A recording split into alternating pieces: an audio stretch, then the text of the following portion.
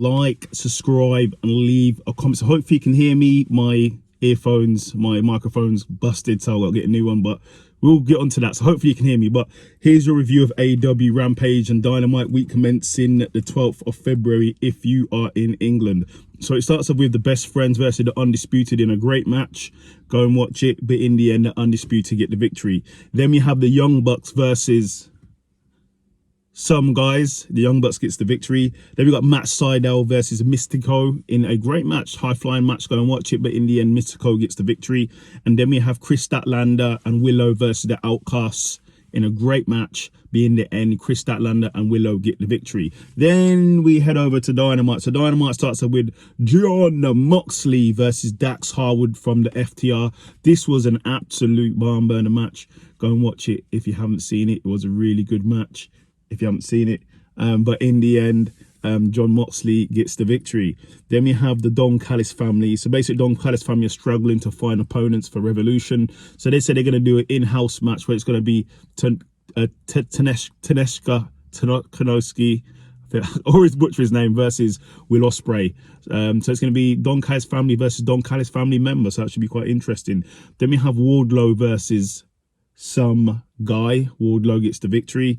Then we have Adam Copeland versus Danny Garcia. The winner gets to face Christian Cage for the TNT Championship. Really good match. Go and watch it. It's one of Danny Garcia's really it was a close match. It was really tit for tat.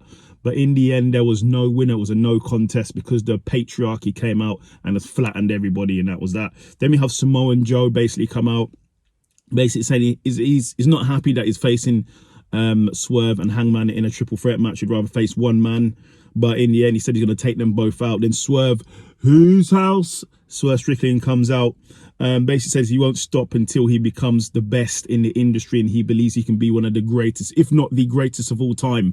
And he's been in the industry for 15 years and he's going to be the best in the world. Then Hangman comes out basically saying what happened last week was rubbish. He didn't beat Hangman, so he doesn't deserve to be in the match, and that Swerve is being added to the match. But Joe basically says he doesn't care, he's beating both of them, so we'll see what happens. Then we have Tony Storm's segment, timeless Tony Storm segment. Then we have the Young Bucks versus the Top Flight in a great match. Go and watch it if you haven't seen it. But in the end, the Young Bucks get the victory. Then Darby Allin comes out and basically calls out the Young Bucks, saying they forgot the original mission statement of AEW, and basically just calls them out and everything. So go and watch it. It was a good scene by Darby Allin. Then we have the Bang Bang Scissor Gang, basically said they won a 12-man tag on Rampage, so we'll see who they'll face. Then we have Willow versus Sky Blue in a great match. Go and watch it if you haven't seen it. Then in the main event, it's Orange Cassidy versus Matt Taven in a Texas match.